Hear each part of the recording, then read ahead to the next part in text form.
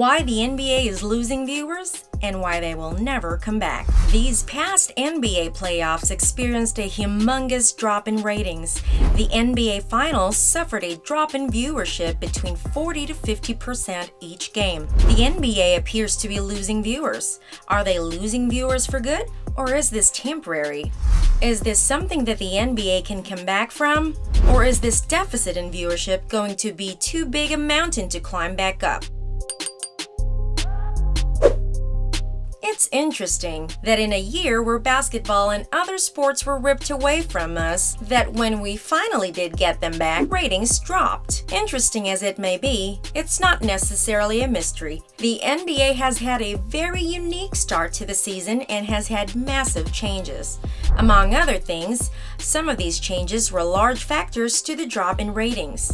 The restart, of course, didn't invite every team back, just teams that were playoff bound and playoff possibles, and the Washington Wizards, who had no chance to make the playoffs but apparently needed to round out the number of teams there were. A lot of the Washington crew looked happy enough to just play a few more games of basketball. Good for them. But more than half of the teams in the NBA came to the restart, so the lack of several teams didn't necessarily harm the ratings all that much.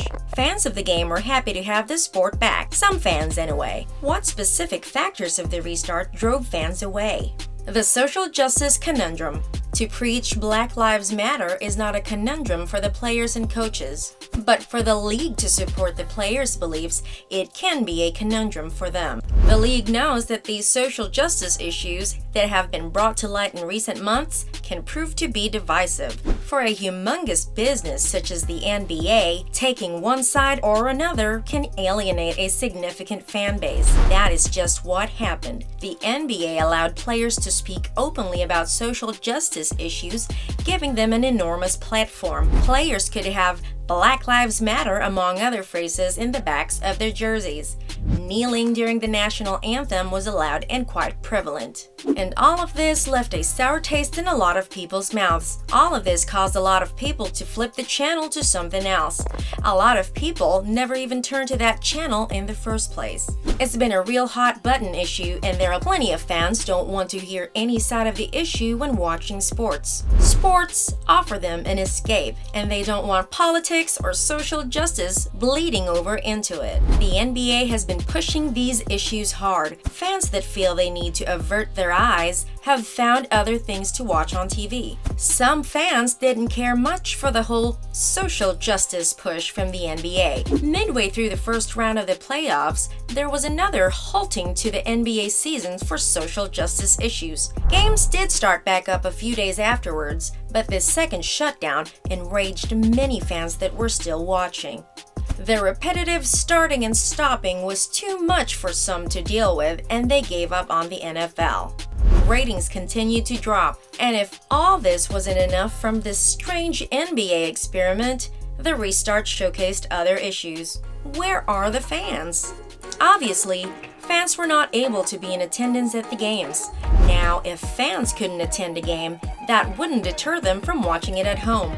In the usual years of the NBA, that becomes the second option if you're unable to watch in person. Turn on the TV. But with a lack of fans in the stands, many people were turned off from watching. The NBA did all it could, pumping in crowd noise, hiring DJs to play music, and try to keep the feeling in the arena similar to the old days. But plenty of people complained that it just wasn't enough. There was an obvious difference. The NBA introduced virtual fans, in which people can watch from home and live stream themselves into a virtual seat. It provided some sense of fans sitting around watching and cheering in a non-3D kind of way. Similarly, attendees at basketball arenas bring the game to life. The atmosphere is electric. Visiting teams have trouble playing the game over the crowd noise. Players at home feed off the crowd noise and drain jump shots to make everyone go ballistic. Boston fans couldn't watch their team playing in front of a sea of green shirts and see the sparkling bead necklaces and Irish hats surrounding the court. Their beloved mascot rallying up the crowd and helping to put everyone in a frenzy. This atmosphere, it wasn't quite the same, and a lot of people weren't getting on board. Now, the restart wasn't necessarily all bad. It was a new experience, and with that, the NBA could have tried some new things out. However, they did not capitalize. Missed opportunity. Many times, people complain about the playoff setup in the NBA. The 8 best in the West and 8 best in the East isn't necessarily the best way to go about it if you ask around. If there are going to be 16 teams in the playoffs, why not just have it be the 16 best overall? Why not just rank teams 1 to 16 and then have them face off in the playoffs like that? When one conference gets stacked with more quality teams, for one, you wouldn't leave out good teams and let subpar teams into the playoffs if you just went with the 16 best. Secondly, you have a much better chance that the absolute 2 best teams in the league face off against each other in the finals. And that is what you want. The high drama, the high stakes, the top 2 juggernauts squaring off at the least possible stage. And the NBA could have tried this out in an unprecedented year. Why not? But they kept the same old formula, and many fans were disappointed. The Orlando Magic, who finished the season with 33 wins, made it into the playoffs as the Eastern Conference 8th seed. Meanwhile, in the Western Conference, 2 teams that just missed the playoffs had more wins than the Magic.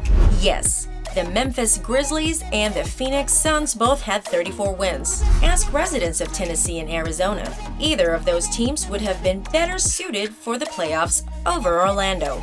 It's a fair point that's hard to argue. The playoffs are a reward for the best teams. The very best teams should be the ones moving on after the end of the regular season, without placing geographical bias on them. This could have been an experimental year to try out a new playoff format, but the NBA stuck with the old reliable. Viewers felt with a change in the situation, everything being in a bubble, why wouldn't the NBA be more flexible in their approach to the playoffs? How about a little variety? How about shaking things up a little bit? Which brings us to the next point. Tired of the same old faces? Variety is the spice of life.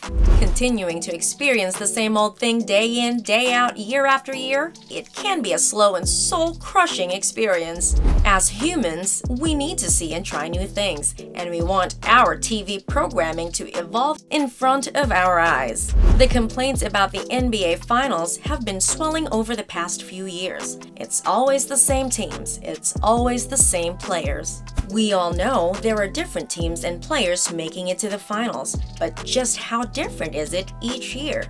How much do the finals champions really vary from year to year?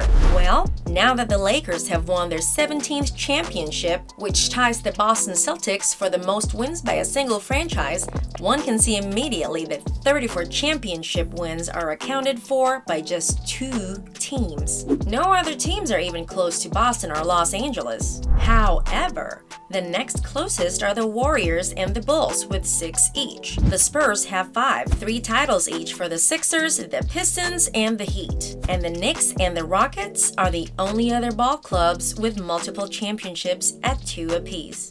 9 different franchises have only one championship, and some of them were so long ago that the franchise has since moved to a different state, changed the team name, or both. There are 11 franchises in the NBA that have never won a championship. Now, it's obvious that the majority of fans in Boston, LA, Chicago, and Northern California are likely elated with all the success they've seen. But what about the rest of the country?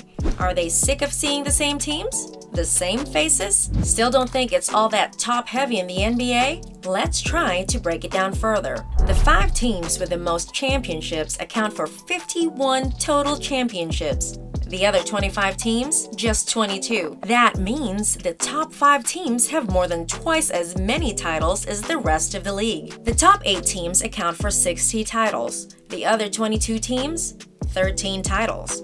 The top 8 teams have more than 4 times as many championships as the rest of the league. LeBron James has been to 9 of the last 10 finals series. He's won 4 of them. He has more championships than 5/6 of franchises in the entire league and at least 4 times as many as 2/3 of the league. People are tired of seeing his face in the finals year after year after year. They finally had a LeBron-less finals last year, though it was the 5th straight year with a Golden State Warriors, only to get LeBron showing up in the finals again this year. People want variety, and they just aren't getting it with the NBA. So, are these issues with NBA viewership able to be fixed or adjusted? Is the NBA going to be able to pull viewers back in?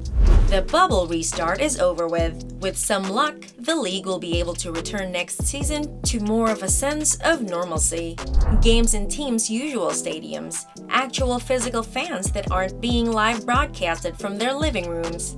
But can they make it so that the league is less dominated by a handful of teams? Appease more fans from more areas in the country? And will they be able to win back fans that were upset about the league's involvement in certain issues throughout the country? Maybe with election season ready to pass, certain issues will fall out of the spotlight. Perhaps the NBA won't have as much reason to take a side on hot-button issues. These things could restore some viewership. Has too much harm already been done? Can the NBA captivate a nation once again? Or has it already done irreparable damage? Final thoughts. After unusually low-rated playoffs to cap off an unusual season, the NBA will be taking a hard look at their organization. Do changes need to be made? Are changes inevitable? Can they go on if their ratings continue to be like this? Thanks for watching this UpNext Sports video. Remember to like the video and subscribe to the channel. Can you think of any other reasons the NBA's ratings dropped? Comment and let us know. And be sure to join us for the next video.